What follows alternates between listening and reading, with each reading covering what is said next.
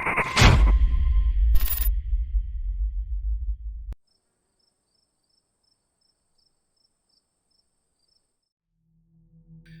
रात्री आकाश पूर्णपणे काळ्या ढगांनी भरून गेलं होतं. चंद्र दिसत नव्हता आणि तारेही जणू आकाशातून गायब झाले होते. रस्त्यावर फक्त अंधार होता. दत्तूबाच्या खिडकीतून बाहेर पाहत बसला होता. जवळजवळ 10 वर्षांनी तो आपल्या गावात परत येत होता. शहरात नोकरी लागल्यापासून त्याने गावाकडे फारसं लक्ष दिलं नव्हतं. पण आता त्याच्या आजीची तब्येत बिघडल्याची बातमी आली आणि तो घाईघाईने निघाला. रात्र बरीच झाली होती. अचानक बस एका निर्जन फाट्यावर थांबली. "अरे भाऊ, तुझं गाव इथून पुढे आहे ना? उतर लवकर," कंडक्टर म्हणाला. दत्तूने आजूबाजूला पाहिलं. दूर दूरपर्यंत एकही घर नव्हतं, एकही दिवा नव्हता, फक्त अंधार. तो खाली उतरला. बस निघून गेली. काही क्षणातच बसच्या दिव्यांचा प्रकाशही अंधारात गळप झाला. आता तो पूर्णपणे एकटा होता. दत्तूने मोबाईल काढला. नेटवर्क नव्हतं. छानच झालं, तो स्वतःशीच पुटपुटला. गाव अजून 3-4 किलोमीटर दूर होतं. त्याने बॅग खांद्यावर टाकली आणि चालायला सुरुवात केली. दोन्ही बाजूंना दाट झाडी होती. वाराही विचित्र आवाज करत होता, कधी एखाद्या स्त्रीच्या रडण्यासारखा तर कधी एखाद्या मुलाच्या हसण्यासारखा. दत्तूने स्वतःला समजावलं, घाबरायचं नाही, हे फक्त वाऱ्याचे आवाज आहेत. तो पुढे चालत राहिला आणि अचानक त्याच्या कानावर पैंजणाचा मंद आवाज पडला. दत्तू थांबला. आजूबाजूला कोणीच नव्हतं. त्याने पुन्हा चालायला सुरुवात केली. पण काही सेकंदांनी तोच पुन्हा आवाज ऐकू आला. यावेळी तो अगदी जवळून आला होता. दत्तूच्या अंगावर काटा आला. तो घाईघाईने मागे वळला, पण तिथे कोणीच नव्हतं. रस्ता रिकामा होता. कदाचित माझा भ्रम असेल, तो स्वतःशी म्हणाला आणि पुन्हा पुढे चालू लागला. पण आता त्याची पावलं थोडी वेगाने पळत होती. सुमारे 10 मिनिटं चालल्यानंतर त्याला रस्त्याच्या कडेला एक मोठं वडाचं झाड दिसलं आणि त्या झाडाखाली कोणीतरी उभं होतं. दत्तूच्या पायांनी जागीच ब्रेक घेतला. ती एक स्त्री होती. पांढरी साडी, लांब काळे केस, डोकं खाली झुकलेलं. ती पूर्णपणे स्थिर उभी होती. जणू अनेक तासांपासून तिथेच उभी होती. दत्तूच्या छातीत धडधड वाढली. यावेळेला इथे कोण उभं असेल, त्याच्या मनात विचार आला. तो हळूहळू पुढे गेला. तेवढ्यात ती स्त्री हलली. तिने हळूहळू डोकं वर केलं. दत्तूचा श्वास अडकला. तिचा चेहरा सुंदर होता, पण तिच्या डोळ्यात काहीतरी विचित्र होतं, काहीतरी असं जे माणसाच्या डोळ्यात नसतं. ती मंद हसली आणि म्हणाली, "गावात चाललास का बाळा?" दत्तू थोडा गोंधळला. "हो, मी पण तिकडेच जातीये." तिचा आवाज खूप शांत होता, पण तो ऐकताना दत्तूला अंगावर काटा आल्यासारखं वाटलं. ती त्याच्या बाजूने चालू लागली. दोघेही काही वेळ शांतपणे चालत होते. अचानक दत्तूची नजर रस्त्याच्या दुसऱ्या बाजूला गेली. दाट झाडीत 2 लाल भडक डोळे त्यांच्याकडे पाहत होते. ते डोळे माणसाचे नव्हते, ते हवेत तरंगत असल्यासारखे दिसत होते. दत्तू घाबरून थांबला. तिथे तिथे कोण आहे?" तो थरथरत म्हणाला. पण त्या स्त्रीने त्याच्याकडे पाहिलंही नाही. ती फक्त पुढे चालत राहिली आणि हळू आवाजात म्हणाली, "त्यांच्याकडे पाहू नकोस." दत्तूचं हृदय जोरात धडधडू लागलं, कारण आता ते लाल डोळे झाडीतून बाहेर येऊ लागले होते. दत्तूच्या छातीत धडधड सुरू झाली होती.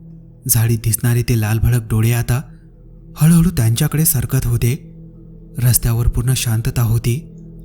ना पक्ष्यांचा आवाज, ना वाऱ्याची सळसळ, फक्त त्या पैंजणाचा मंद आवाज. दत्तू घाबरून त्या स्त्रीकडे पाहू लागला, पण ती अजिबात घाबरलेली नव्हती. उलट तिच्या चेहऱ्यावर एक विचित्र शांतता होती. ते काय आहे?" दत्तू थरथरत विचारू लागला. ती स्त्री चालता चालता म्हणाली, "जे दिसते त्याच्याकडे पाहू नकोस आणि जे ऐकू येईल त्याला उत्तर देऊ नकोस." दत्तू काही बोलला नाही. त्याने पुन्हा झाडीकडे पाहिलं, पण आता ते लाल डोळे गायब झाले होते. जणू तिथे काही होतच नाही. त्याने सुटकेचा निश्वास सोडला. कदाचित मला भात झाला असेल. दोघे पुढे चालत राहिले. रस्ता आता आणखी निर्जन होत चालला होता. दाट झाडांच्या फांद्या रस्त्यावर झोकल्या होत्या. काळोख इतका होता की काही फुटांपलीकडेही दिसत नव्हतं. अचानक त्यांच्या मागून कुणीतरी हाक मारली, दत्तू. दत्तू जागच्या जागी थबकला. तो आवाज ओळखीचा होता, खूप ओळखीचा. तो त्याच्या आईचा आवाज होता. दत्तू, थांब बाळा. दत्तूच्या अंगावर काटा आला होता. त्याची आई तर गावात होती, मग या अंधाऱ्या जंगलात तिचा आवाज कसा? तो मागे वळणार इतक्यात ती स्त्री जोरात म्हणाली, मागे वळू नकोस. दत्तू दचकला, पण तो माझ्या आईचा आवाज आहे. ती स्त्री काही क्षण शांत राहिली, मग हळू आवाजात म्हणाली, जर तुझी आई असती तर ती तुझं नाव असं घेतली नसती. दत्तूचा घसा कोरडा पडला. मागून पुन्हा आवाज आला. यावेळी तो रडत होता, दत्तू, दत्तू मला वाचव. दत्तूच्या डोळ्यात भीती उतरू लागली, पण त्याने मागे पाहिलं नाही. काही मिनिटांनी तो आवाज अचानक बंद झाला, जणू तिथे कोणी होतच नाही. ते पुन्हा पुढे चालू लागले. काही अंतर गेल्यानंतर त्यांना रस्त्याच्या मधोमध काहीतरी दिसलं. एक लहान मुलगा तो रस्त्याच्या मध्ये उभा होता. त्याचे कपडे चिखलाने माखलेले होते, डोकं खाली झुकलेलं होतं. दत्तूला वाटलं, एवढ्या रात्री हा मुलगा इथे काय करतोय? तो त्याच्याकडे जाऊ लागला, पण ती स्त्री त्याच्या आडवी आली. नाही, असं करू नकोस. का पण? त्याच्या चेहऱ्याकडे पाहू नकोस. दत्तू गोंधळला. पण तो हरवला असेल मुलगा. ती काही बोलली नाही. काही क्षणांनी तो मुलगा हळूहळू डोकं वर करू लागला. दत्तूची नजर त्याच्यावर गेली आणि त्याच्या अंगातून थंड शिरशिरी गेली. त्या मुलाच्या चेहऱ्यावर डोळेच नव्हते.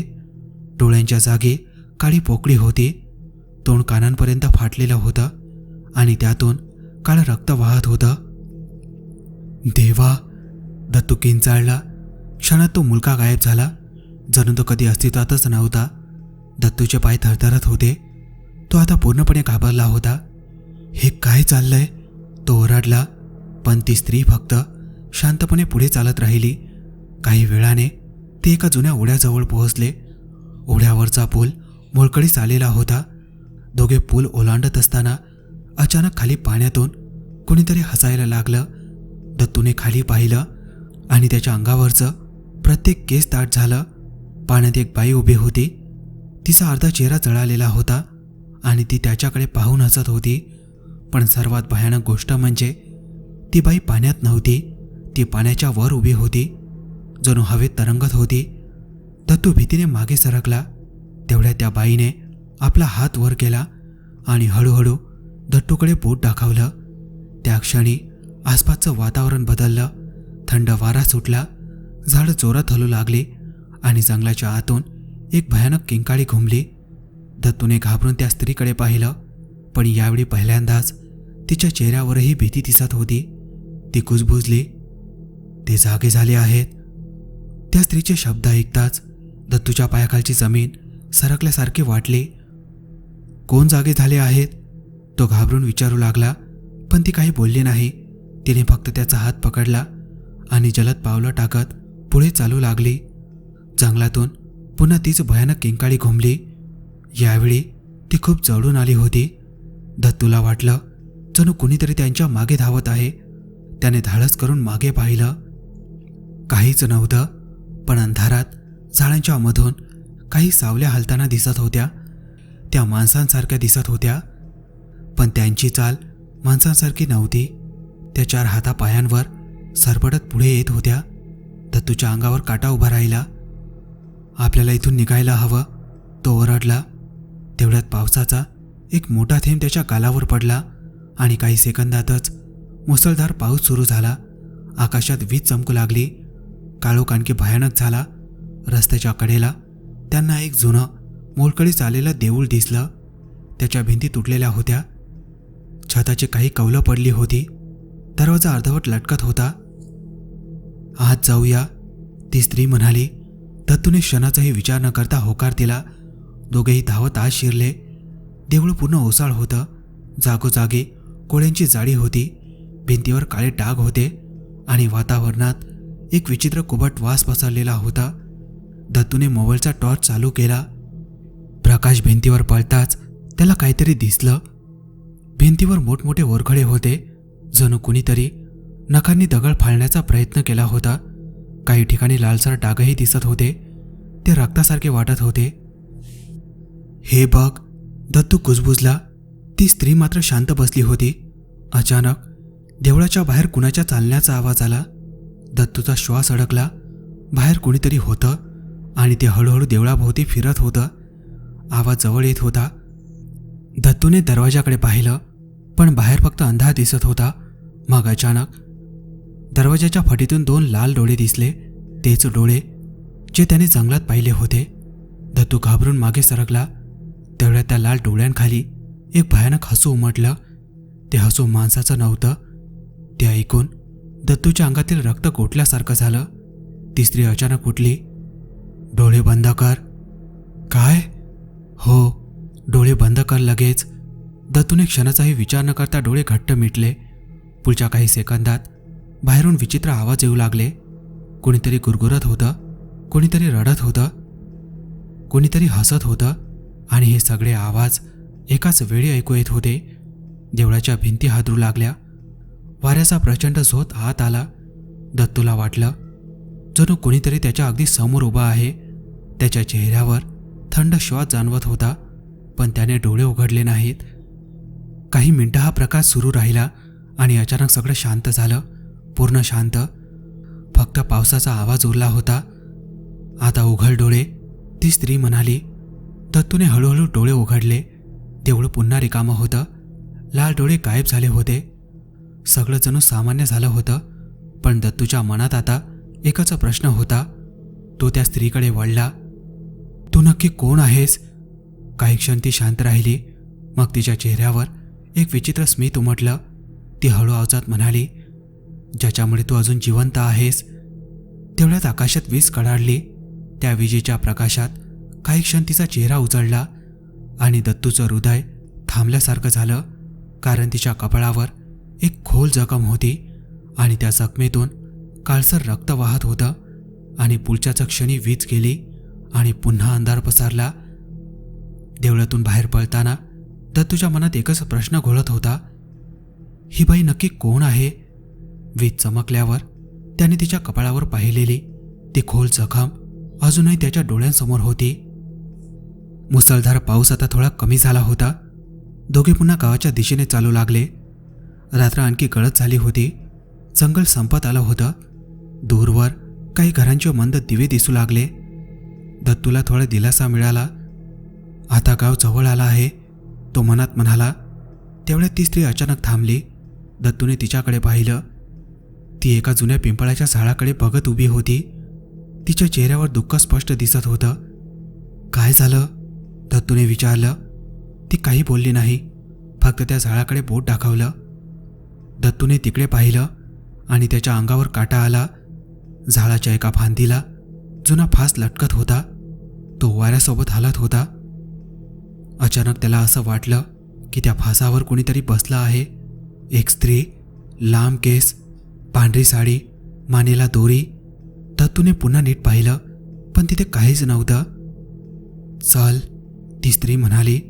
दोघे पुढे निघाले. काही मिनिटांनी ते गावाच्या वेशीजवळ पोहोचले. दत्तू आनंदाने मागे वळला त्या स्त्रीचे आभार मानण्यासाठी, पण ती तिथे नव्हती. एकदम गायब. ना पावलांचा आवाज, ना पैंजणांचा. जणू ती कधी अस्तित्वातच नव्हती. दत्तूसोबत आलीच नव्हती. दत्तू घाबरला आणि घाईघाईने गावात शिरला. घरी पोहोचल्यावर त्याची आजी त्याला पाहून रडू लागली. बाळा, एवढ्या रात्री कशाला आलास? दत्तूने तिला सगळी गोष्ट सांगितली. जंगल, देऊळ, लाल डोळे आणि त्या पांढऱ्या साडीतील बाई. ह्या ऐकताच आजीचा चेहरा फिकट पडला. तिच्या हातातून पाण्याचा ग्लास खाली पडला. काय झालं? दत्तूने विचारलं. आजी काही क्षण गप्प राहिली. मग ती हळूहळू उठली, घराच्या माळ्यावर गेली आणि काही वेळाने एक जुना फोटो घेऊन खाली आली. हा बघ. दत्तूने फोटो हातात घेतला आणि त्याच्या अंगातून विजेचा झटका गेल्यासारखं झालं. फोटोत तीच स्त्री होती, तीच पांढरी साडी, तोच चेहरा, तीच जखम. हीच आहे, दत्तू थरथरत म्हणाला. आजीच्या डोळ्यात भीती उतरली. तिचं नाव राधा होतं. कोण राधा? 20 वर्षापूर्वी या गावात राहायची. दत्तू शांतपणे ऐकत होता. आजी पुढे बोलू लागली. तिचं लग्न ठरलं होतं, पण लग्नाच्या आदल्या रात्री ती अचानक बेपत्ता झाली आणि दुसऱ्या दिवशी जंगलात मृत अवस्थेत सापडली. दत्तूचा घसा कोरडा पडला. म्हणजे ती मेली होती? आजीने मान हलवली. हो, पण तिच्या मृत्यूनंतर विचित्र गोष्टी घडायला लागल्या. कशा? रात्री प्रवाशांना एक बाई दिसू लागली. ती त्यांना सोबत घेऊन जायची. आणि मग काही लोक परत आले, पण काही लोक कायमचे गायब झाले. घरात काही क्षण शांतता पसरली. तेवढ्यात पैंजणाचा आवाज आला. दत्तूचा श्वास अडकला. आवाज घराच्या बाहेरून येत होता. आजीच्या चेहऱ्यावरची भीती वाढली. खिडकी उघडू नकोस. पण दत्तूने तिचं ऐकलं नाही. तो हळूहळू खिडकीजवळ गेला आणि बाहेर पाहिलं. त्याचं रक्त घोटलं. घरासमोरच्या अंधारात तीच स्त्री उभी होती, राधा. आणि यावेळी तिचे डोळे पूर्ण काळे झाले होते. ती हळूहळू हसू लागली आणि तिचे होठ न हलवता एक आवाज दत्तूच्या कानात घुमला. तू अजून सत्य पाहिलेलं नाहीस. तेवढ्यात घराचा दरवाजा स्वतःहून जोरात आपटला. दिवे लुकलुकू लागले आणि बाहेरून एक भयानक किंकाळी ऐकू आली. उद्या रात्री स्मशानात ये. दत्तू भीतीने जागच्या जागी गोठून उभा राहिला. त्या रात्रीनंतर दत्तूला झोप लागली नाही. संपूर्ण रात्र त्याच्या कानात तेच शब्द घुमत होते. उद्या रात्री स्मशानात ये. सकाळ झाली. सूर्य उगावला. गावात नेहमीप्रमाणे लोकांची वर्दळ सुरू झाली. पण दत्तूच्या मनात मात्र भीतीचं सावट कायम होतं. त्याने आजीला काल रात्रीची गोष्ट सांगितली. आजीचा चेहरा पांढरा फटक पडला. दत्तू, आज रात्री घराबाहेर पडायचं नाही. आजी, पण मला सत्य जाणून घ्यायचं आहे. सत्य कधी कधी माणसाचा जीव घेतं बाळा. दत्तू काही बोलला नाही, पण त्याच्या मनात निर्णय झाला होता. आज रात्री तो स्मशानात जाणारच. रात्रीचे 12 वाजले. गाव गाढ झोपलं होतं. आकाशात काळे ढग जमा झाले होते. थंड वारा वाहत होता. दत्तू घरातून हळूच बाहेर पडला. हातात टॉर्च होता, पण त्याच्या मनात भीती होती. स्मशान गावाच्या बाहेर होतं. काही वेळातच तो तिथे पोहोचला. आजूबाजूला जुन्या समाध्या होत्या, काही तुटलेल्या, काही अर्धवट जमिनीत काढलेल्या. वाऱ्यामुळे सुकलेली झाडं हलत होती. त्यातून विचित्र आवाज येत होते. अचानक पैंजणांचा आवाज आला. दत्तूचा श्वास अडकला. तो आवाज त्याच्या मागून येत होता. त्याने हळूहळू मागे वळून पाहिलं. ती तिथे उभी होती. तीच स्त्री, पांढरी साडी, लांब केस. ती त्याच्याकडे पाहून हसली. तू आलास?